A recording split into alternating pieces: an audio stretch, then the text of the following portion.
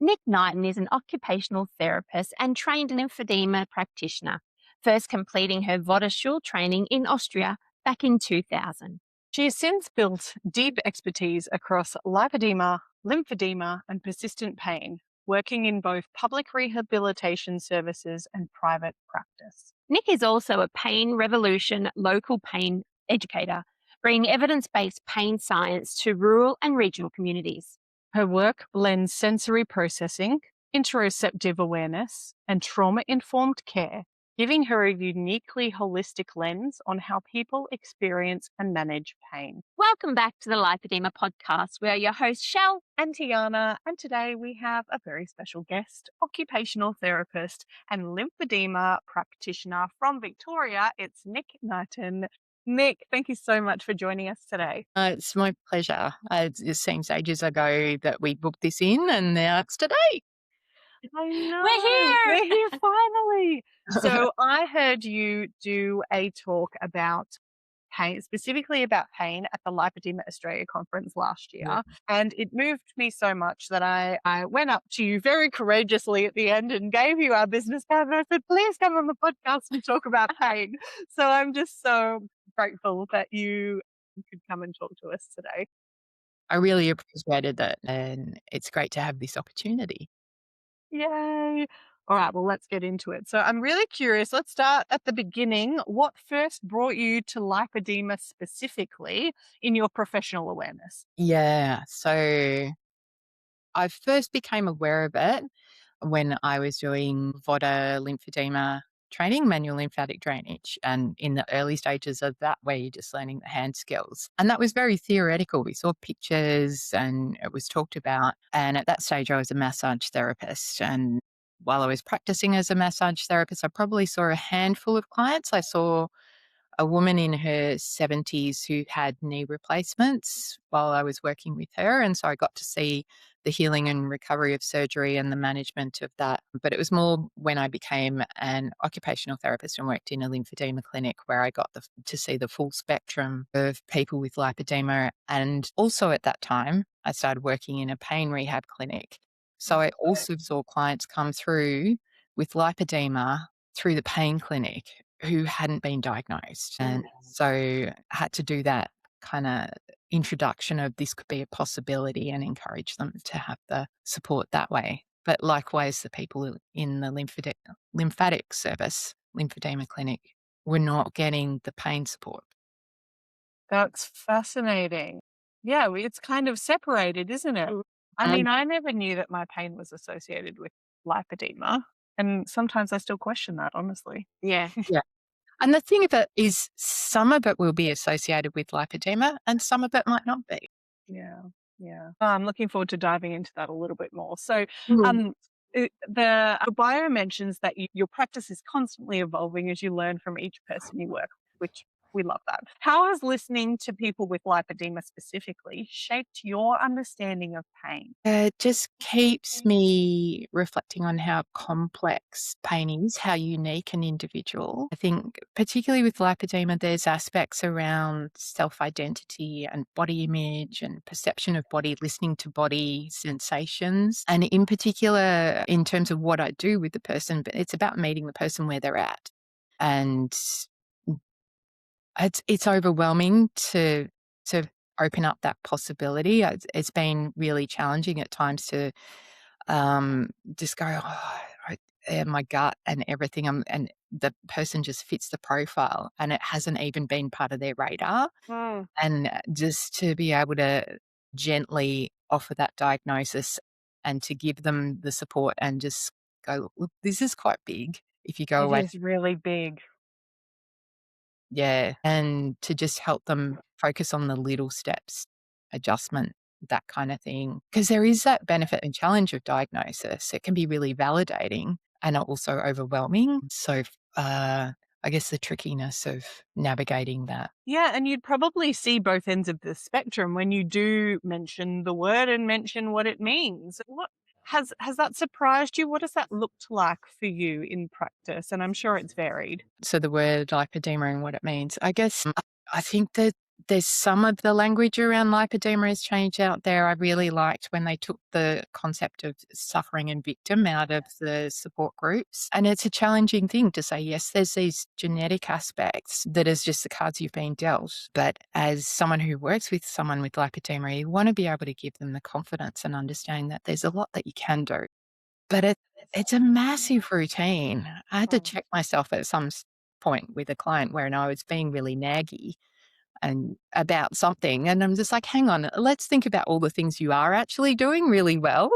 I'm just like, this one thing, like, just no, actually, let's keep this in mind that you're doing an awful lot every day to manage your symptoms. And I need to check myself if I'm being naggy about you doing an extra thing in a particular way. It was big learnings about being able to move away from measure and nag and that kind of approach to care, and actually building some compassion and helping people highlight the things that they're doing well. Because you get enough of that in your life. Anyway, regardless. And We then, do it to ourselves, don't we, as that's well? right. yeah, with It's life. really got to be that client-centered approach. And like you said, meet them where they're at. Yeah. And maybe just add a little tweak, it has to be progressive. But yeah, we do. And, a lot of the things that we have to do does take time. So it's nice that, it's nice that when we hear practitioners talk about checking themselves and stuff like that, because that is like so compassionate for you to do that and not just say, well, you're not ticking these boxes. So we're hearing more of that compassionate care type principles coming into this space, which is just fantastic. And I know that you said you were saying that everybody is so individual and pain is so individual, but I'm really curious to hear what patterns, if any, do you commonly see in people by the time they reach you? And that could be physically, emotionally, in their relationship with their body, or anything else. Yeah, I think this is a really interesting question. And as a clinician, if I can see a pattern and put someone in a box, that's a point where I need to check myself as well and just make sure that I'm not getting blinkered and assuming this is the path I need to go down.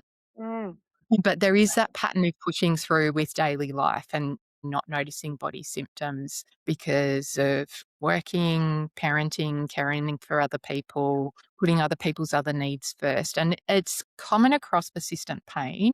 And then there seems to be this other layer, partly because of the nature of the condition itself and the body image, the weight aspects and that kind of thing. And so people might not notice when you've got a condition that changes your body mechanics that there's actually some that's arthritis related pain, joint pain. Yeah, interesting. And there might be, so when you start unpacking people's pain and going beyond a 0 to 10 scale that's not related to a body part or to the context of what they're doing at the time, then yeah, it can be really challenging for people because they haven't paid attention, and it can be really distressing to notice it. So it has to be done. We disassociate from our body, because we don't trust in it anymore. So we disassociate from it. So even you asking, where's the pain? Like, we might not even know. Like, we just, because discomfort is pain, but we're so used to that discomfort that it's like, oh, that's just me, not realizing that it could be part of something much more. Yeah. And I think it's something that's starting to be captured in the guidelines around pain and that the really sticky question is pain necessary for diagnosis, because I've had people say, I've got no pain, and they go, oh, but my legs are sore. I'm just like, well, soreness is pain, isn't it? They go, no. So, just in terms of so how people understand what's in their body and to be able to, that makes it tricky for diagnosis if you're saying that pain has to be there. How do you know that when you ask someone about their pain or about pain in general, that they understand and they can report accurately what their experience is? It's really tricky. Yeah, it's it feels so subjective and like unclear. It feels a bit grey, and just like you as a practitioner, not putting people in a box in terms of their pain or their condition. It's us desperately wanting to be put in a box so that we know what's occurring, and that just can't happen a lot of the time. Like, we have to be comfortable in that grey. And that's really hard as someone who lives in a body that doesn't feel normal, or you're aware that from living that other people don't experience what you would experience. Yeah. Certainly. But we've had warriors on and we've said, oh, did you feel pain? And they're like, no, I don't feel pain with mine. But if you touch my legs, it hurts. It's like, that's pain. Yeah. That's pain. Yeah. So Fascinating. people make assumptions or have expectations of what a health professional means when they ask a question. And it's up to the health professionals to do the deeper digging and not go just pain out of 10 or whatever. And it's like it does need a deeper picking apart. And certainly the discomfort with some of the guidelines and discussion at the conference last year to add change in sensation and things like heaviness and clarify its pain and those different qualities of sensation or experience in the body that fit under discomfort, that there might be other words. And so it like that's where things are going, and it needs to do that and more in terms of understanding the difference that pain, okay, but can we just understand that it's really complex? Yeah. Yeah, complex for both. Okay, so interesting and complicated. So Nik, you work a lot with sensory modulation in regards to protective responses. I think it's the sense.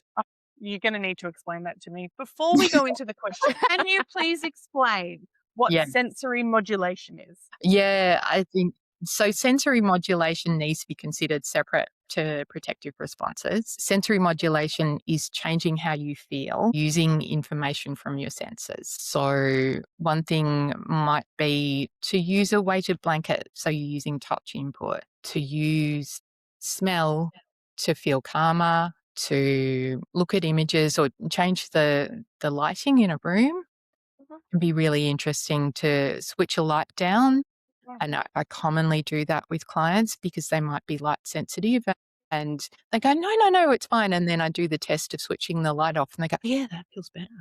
Yeah. Yeah. So There's some powerful examples because like as you just said, it was almost like that when the light goes down, and that is disarming, I suppose, your protective responses, right? yeah.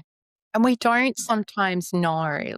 We often have we've all got pattern of meeting our sensory needs and sensory limits. And that's us going towards what we like or not like. But we're constantly around environments where we don't have choice and control. And if we don't notice that something's actually demanding a lot more of our nervous system and attention, and it's working harder to filter it out or to function on top of that, so the bright light or background noise or a smell for people who are smell sensitive, and irritating clothing, compression garments. Yeah, it's so Especially in summer. Yeah. Yeah, it's speaking to our core needs, really, isn't it? Like there's something deep in there. And so is that, and I'm making a big assumption here, but is that when you disarm those protective responses using that sensory stuff, does that then help us to unpack what pain is actually part of a condition or what's just like a stress issue or what does that do? I guess the thing with sensory modulations is what you can do actively, and we can do it instinctively. So generally what I'm doing with that is helping people recognize what they already do to help themselves regulate. The protective responses are really quick, they're immediate, and they're kind of involuntary. So to notice that they're there and then to find ways to regulate. So protective responses do include things like inflammation, and that can take a little while for us to notice that it's happened. Yeah, so protective responses, I guess pain is part of that. It's telling you a no. It's like, you've done too much. I don't like this. I don't want this. And that no might be about something physical, but it could also be about, do you have choice or control in a situation? Do you like it or not like it? Does it feel true to you, or does it feel like you're trying to push through and do something that's not authentic? I love that. Like, so I've got a special needs educator background, and I use sensory diets for my students all the time, like what they do like, what they don't like, and that's how I would like set up my classroom and make sure that everybody was able to participate at their best. And so that just speaks into that, because it's exactly the same, isn't it? It's the same thing. Yeah, and I guess part of that is, if you know you're going into a situation or wanting to do something that will be challenging and is likely to trip off protective responses like pain and inflammation, how can you regulate? How can you calm yourself down? How can you buffer it So do that thing without as much consequences. So going to see Ed Sheeran at the whatever and being around crowds and noise, having to go up, down steps, how can you manage that in a way? And it's not necessarily about what you do there, it's also about what you do before and after. So you don't plan to do a whole lot of stuff on the day after. You give yourself that permission to rest and recover. So I think there's a lot around pacing and managing activity that occupational therapists and other people do, and it can get quite judgy, but I'm all for people pushing their limits as long as they own the consequences and they plan around what they're doing. Yeah, she's still got to live. And actually, speaking of not Ed Sheeran, but I'm going to a concert tonight. I'm going to go and see the Hilltop Hoods tonight. Right. And so I bought my kids general admission tickets and I bought myself a single seat. Because I'm like, I know that I can't stay standing for 3 hours. And in that crowd, I'm like, nope, I'm just going to put my big girl pants on and I'm going to sit by myself and enjoy myself instead of having to worry about how sore I'm going to be and the big drive home. So yeah, I'm making adjustments for myself. That's wise. Yes, very wise. and we kind of, I do say so myself. Outside of sensory modulation into that social challenge, giving yourself permission to do the things that you need to do and just, often people don't give themselves permission to do those things. And there is that kind of guilt and looking different and all that kind of stuff. It takes a lot of practice to be able to sit down and do things differently. Yeah. Take a break. Because there is not only stigma, but we also have these beliefs about how we should do things and how we're supposed to do things instead of how we could best do them for ourselves. And I think that's a big thing. Even like this is pulling on another memory I just had of it. I went and swam with whale sharks last year and my husband was like, oh, but they've got the sizes on the front. Like it says what size you're in. I'm like, sorry, they've made it accessible to me. I don't care that it said XL across my chest. Yeah, I'm 3XL and I'm in the water with those whale sharks. But that was like, looking back at it, that was pretty, not brave, but bold. Yeah. That I was like, I want to do this thing. I don't care. Yeah, that is bold. I love that. But seriously, why did they have it right across the chest? What size I was in? Seriously. Them, it's not about the people. It is interesting. There's a bit of the work that I'm doing at the moment that has you thinking about who is this for. That's for them to make it easy to pick out the suit and when they're doing sizings. It's not about that. I think they're not thinking about the people coming along and how they feel. That's interesting choice. Yeah, right. All right, Nikki, how do you individualize care in a condition that presents so differently for each person? So I think that's my modus operandi, is to treat everyone as a unique human. We are so different. And so, it's checking myself as much as anything. And I loved it when that way of thinking that came into lymphedema practice, Neil Pillar and maybe some others, of treating every person that comes in as a case study or a research of N=1. So the N of 1 equal that you're testing things out. And it's a challenge as a health practitioner because you have to check your ego and help people feel trust as well in that process of experimentation, because they're so used to going to health services and being told this is how you do it, and follow this protocol. And when they come, it can be challenging for some people to come in and they feel like you don't know what you're doing. So it's a tricky thing to manage, to say, okay, this is a challenging thing. No one thing works for one person. Yeah. Part of the process of you building the trust in yourself and knowing what your body needs and that it will be variable, there's a range of choices, is to do experiments and see what works for you, because I can't be with you 24/7. So the most important thing for me to do is for you to build that confidence in yourself and be okay with it not working out. Yeah, that's tough because we do want the fix. Like we want to be told, here's what you got to do. And then when we do it, we want to see the outcome. And it just does not happen that way. It's not that simple. We are not that simple. And it's so difficult to. Yeah. And it's even thinking about the outcome. If you're expecting an outcome to be able to do it without pain or like another person or that kind of thing, sometimes it's about helping people see the different outcome and what is the helpful shift that's happened. Yeah. being Yeah, willed. and it's getting that metric right, isn't it? Well, what do we actually want to achieve? What does success look like? Yeah. And sometimes the success that we're seeking is not actually the success that we can gain. Yeah. You know, it's like, It's not attainable. yeah, change that metric of success. Yeah. Yeah. So there can be a big gap between what I can see and what the person sees for themselves.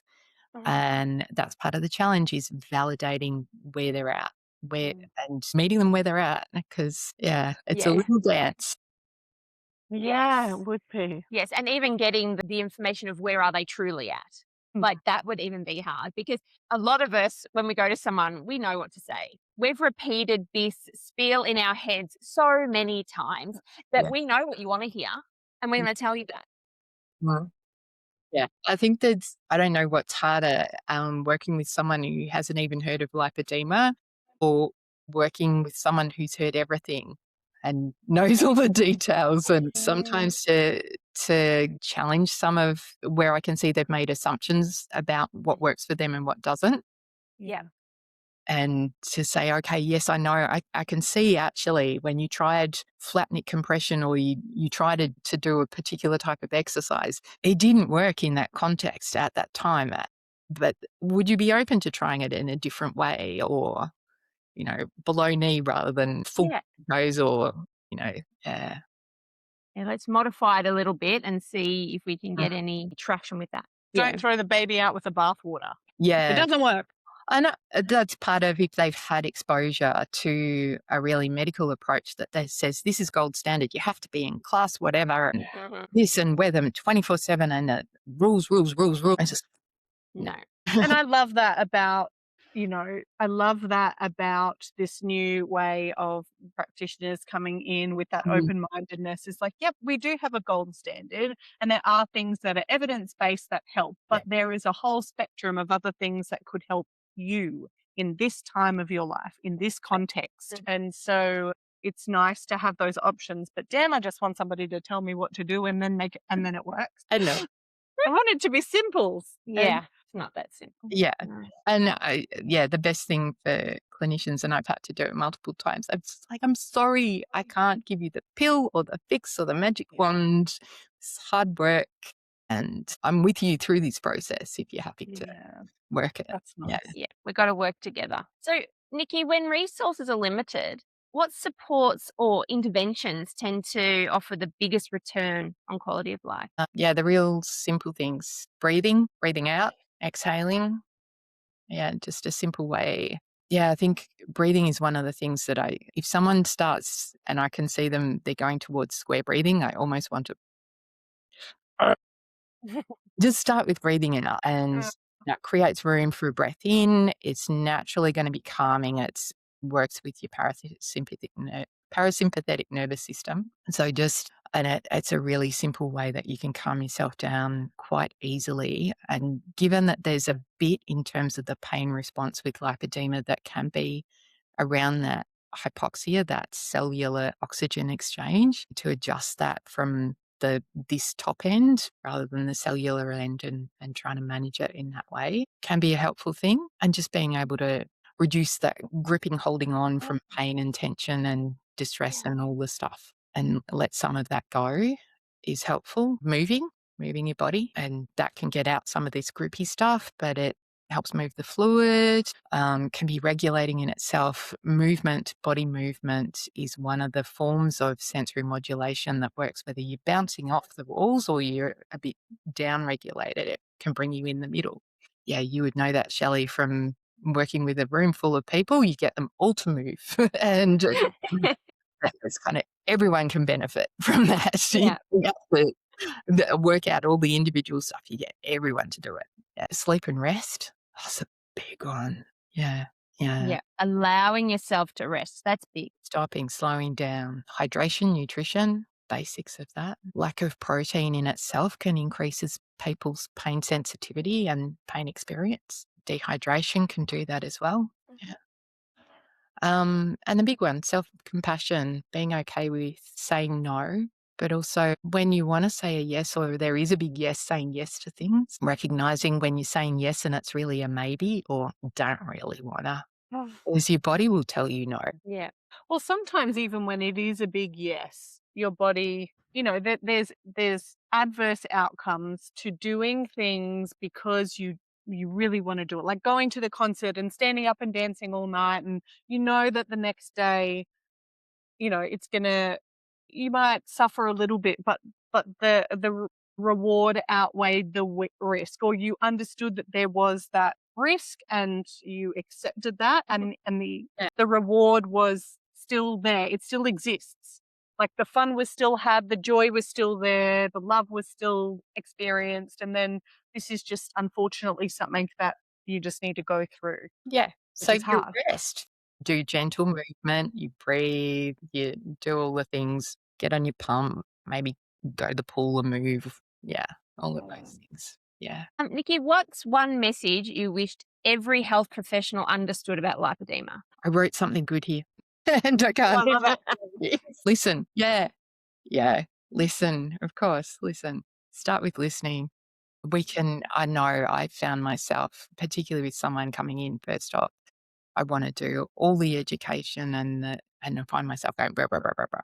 But you need to start with listening. That's what, in terms of the courses and the work that I've done with Pain Revolution, that really comes through strongly. The pain science aspects is you need to start with validation of the person's experience. Listen, get the information, get the history, fully understand all the things that impact the person before you start treating and giving advice.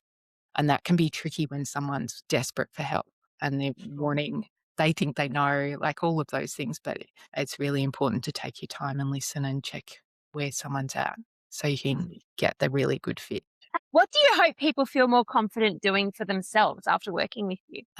This one's easy. Saying no and asking for what they want and need. I like that. Yeah. Simples, right? Yeah, 2-letter words, so hard. I try to give people opportunities to say no. I do a ridiculous happy dance when they say no to me. It's just like, if they can do it with me and feel safe with it, just like, yeah. It is hard. It is hard. So conditioned against it. Yeah. And for someone who's listening and feels stuck, dismissed, or overwhelmed by pain, what would you want them to know? They're all kind of different contexts. Like, Yeah, that's true. yeah, they're all a little bit different, but I think you're not alone, and it's okay to experience those things. Like, it makes sense. Feeling stuck is okay. Getting unstuck is hard. But I guess they're feeling dismissed. Yeah, go somewhere else. Feeling overwhelmed. Yeah, that's hard. So it's important to feel those things. But if you can slow down and take notice and just look at, okay, what are the little steps that I can take? Where am I creating a rule for myself or getting in my own way of doing things differently? And it can be really hard because people can be in situations where the choices that they've got are 2 crap options. Yeah. Yeah. And that makes it really challenging. Which is where, when you said you wanted professionals to listen more and inviting that space for people to have those feelings about what their options are and the fact that their options don't look as shiny as they might expect their options to look, allowing that space for them to feel that when they're with you and feel safe to feel that when they're with you. Yeah. Like it's a heavy responsibility and a heavy burden, but it's so impactful for us in the community to have people that we can trust to share that disappointment with, despair with. Yeah. But it's kind of slowing down, being okay with going slow and making little changes. If you go too quick, you can kind of create chaos. You kind of squeeze a sausage and something else goes not right. So slowing down and being okay with not knowing where something's heading. This has been a big personal learning for me, and just taking the next step forward and just kind of follow with, oh, yeah, this feels like it's okay. Doesn't have to be a big yes. It can be just like, this feels like it's a more helpful direction than what I have been doing. Sometimes that can be tricky because it can be unfamiliar, but can feel like I'm not sure about this. Testing it out. Testing it out and allowing that time to get in that flow as well. Because if you test something out and you do it for a day, 2 days, 3 days, it's not enough time for you to see what the impact is. That's really hard for us because we want the impact to be straight away. And then on the flip side, if you've been trying for something for a whole long time and it's not working or it's got adverse consequences, being able to say no to that. It's just, that is so hard. you have to keep doing this. Yeah. Yeah. Yeah, Nik, I didn't even think about that. That's such a good point. Like things that aren't serving you that you're doing just because other people have said that it's good or whatever. Like, yeah, that's such a great point. So important. Okay, so keep going. It's a tough thing as a health professional to help someone make that call for themselves and say, look, this isn't working for you. This is not the time or place for me to be doing this with you. It might work down the track, but let's call it. It's an ethical choice and not everyone does it.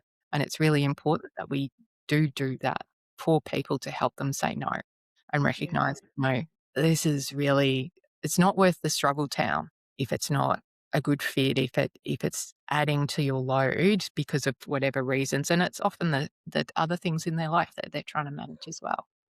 Yeah, that's so true. Oh, yeah, if anybody takes, like, they're going to take a lot away from this episode, but if there's one thing, I think that's so powerful, that disinvest to reinvest type of thing, like stop something so that you have the capacity to start something else that could be way more impactful. Yeah. You can always circle it back to it. Like it's a not now, not necessarily a not ever. Yeah. And because all of the conservative management things that we do takes effort and time, takes resource, we have to be, it's expensive in every aspect. So if it's not helping your condition, then don't do it. Yeah. Yeah. And I think there's a point around self-care. I love there's the Nagoski sisters who wrote a book called Burnout, and they've got a podcast called the Feminist Survival Project podcast. And they talk about if we think someone needs more self-care, they actually need more caring. Because saying you need to do self-care puts more onus and burden on the person when they actually need more support. I'll just add that to my to-do list. More self-care. It's like this to-do list, more self-care. Oh, that's such a good point. Absolutely. Nik, it's been such a pleasure talking to you. I have one more question before we wind up. And it's an important one, because if listeners want to learn more about your work and how you support people in the lipedema community, where can they find you? The best way at the moment is through Evolving Pain, which is evolvingpain.com.au. They've got a website and a Facebook page, and they're useful to follow in some of the links that they do. And then in terms of pain specifically, there's the painrevolution.org, which has the essential pain facts that I presented at the Lipoedema conference. So, and a lot of resources. You can find local pain educators. So if there's wanting to access maybe that more pain support, that might be a good way to look at. There's a lot out there, but yeah, welcome to send me a message through. Really, the Evolving Pain is the best way to get to me individually at the moment. There may be another web page at some point. Little teaser. We love that. Thank you so much, Nik. It's been an absolute pleasure talking to you. We really appreciate your gentleness, compassion. We feel held by this conversation. So thank you so much. Thank you. And you're doing a great job. I managed to look at Lisa's podcast, almost go all the way through it. She's brilliant. I love the messages that she's put through. Yes, I know. Fantastic. Oh, thank you, Nik. Thank you. Bye. Bye. Lipedema and its symptoms vary from individual to individual. The opinions and advice voiced in this podcast are of a personal nature and used for educational purposes. Please take away from this podcast what resonates with you, and please see your GP or preferred specialist for diagnosis and healthcare. We are Shelley and Tiana from the Lipoedema Podcast. Until our next episode, bye for now.